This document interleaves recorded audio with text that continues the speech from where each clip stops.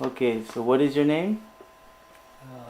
Fred Lazo And where are you from?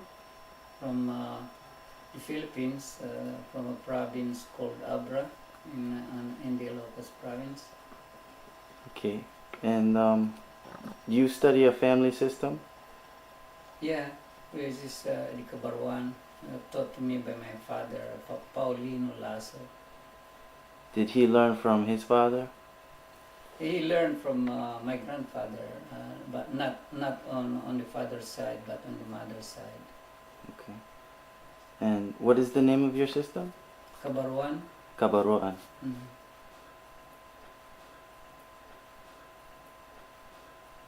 Where did the name Kabaroan come from? Cabarwan means the most recent or really modern in Ilocano. But that is not the Cabarwan that is the modern Arnis right now. The Cabarwan would be considered now as a classic Arnis, part of the old system. I also heard Kabaroan came from the Baron, the Lord Barons. Is that I true? don't know. That's probably just coin out, But Cabarwan is a Ilocano word which means the most recent or the newest or the modern system. Okay. Baro means new, or it can mean a man that is still single. Mm-hmm. Cabarwan is the most recent. It has that prefix in front of it, and then it has the another suffix at the end of the word. Okay. How long have you been practicing Kabaroan? Since I was 13, that was the first art that I learned, and then later on I learned from other teachers. And do you have a successor? Do you have someone to carry on? My son Ricky Lazo, I've trained him since he was 10, so he's probably the one that will carry my art. I've been teaching people, but I'm not successful in training one that would be really dedicated to teach.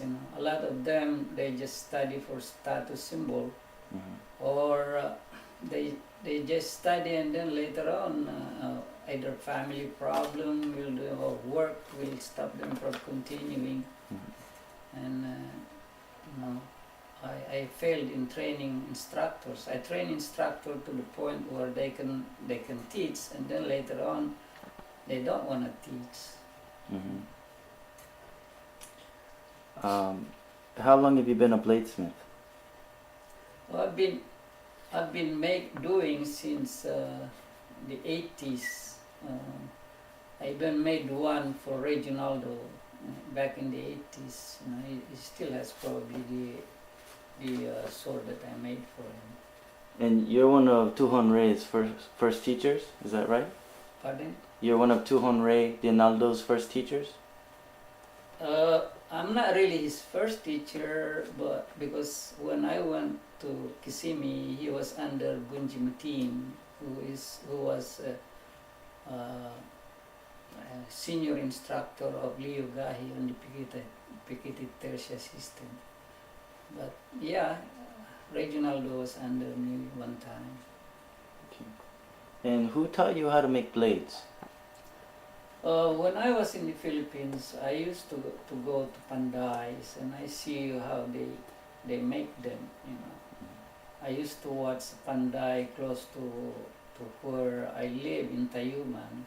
He does all kind of things from bolos to kitchen knives, things like that. And then he makes also those horseshoes. And I saw how he formed steel into whatever shape he wants. And then I was also watching a guy that made creases in Ascarga in Manila, and he has a shop called Basiador, He makes scissors, he makes kitchen knives, he makes call this skinning knives, you know. Was he Moro? I did not ask him. I think he is more of a northern bladesmith. But he was making creases. But the one he was making was northern creases.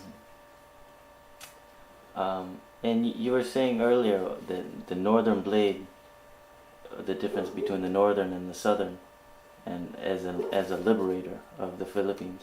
Yeah, if you think about it, the northern weapons are not, you know, revered as the Moro blades. The Moro blades, you know, they are given more importance, but actually the northern priests achieved more. 2/3 of the Philippines was liberated by the northern weapons, while 1/3 of the Philippines was liberated by, you know, the Moros or the Moro weapons.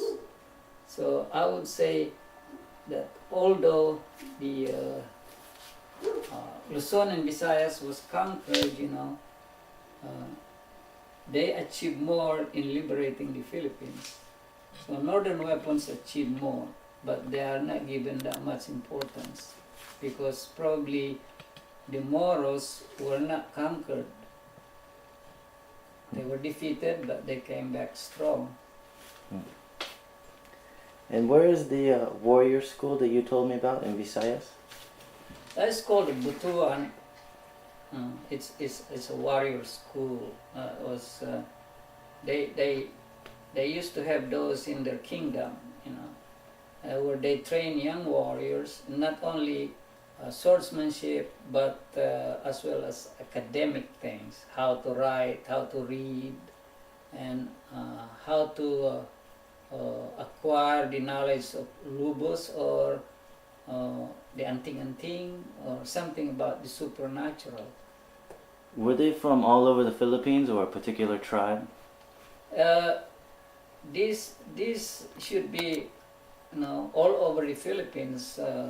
You know, any kingdom back then they have those kind of school, because I think it is more an influence or maybe just similar from the same school that they had in India, because back then Southeast Asia's culture were close. They, especially under the Majapahit Empire, they have like a court festival wherein all countries that are friendly to the Majapahit were invited in their court festival every year by the emperor of the Majapahit Empire. So martial art back then they were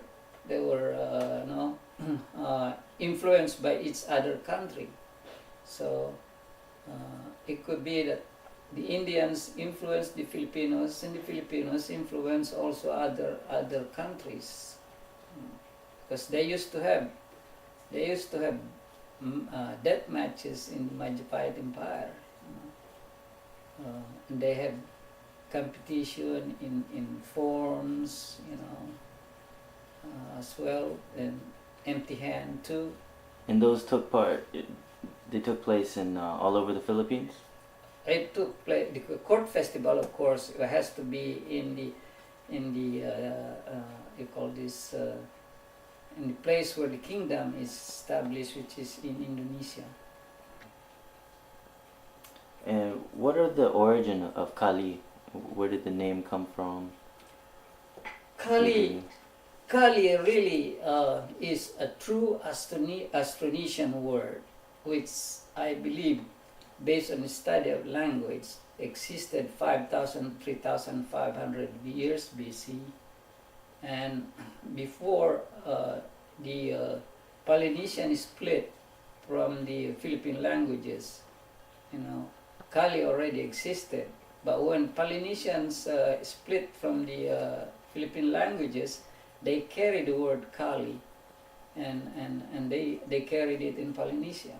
That's why the word Kali is in their vocabulary, because they were influenced by us, and then later on the word was enriched, and there are words that they use like Kali'i or Kali o Manu,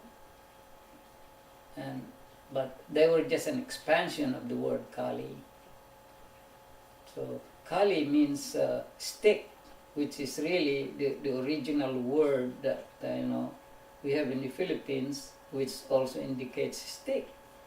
And in the Polynesian language, Kali means stick.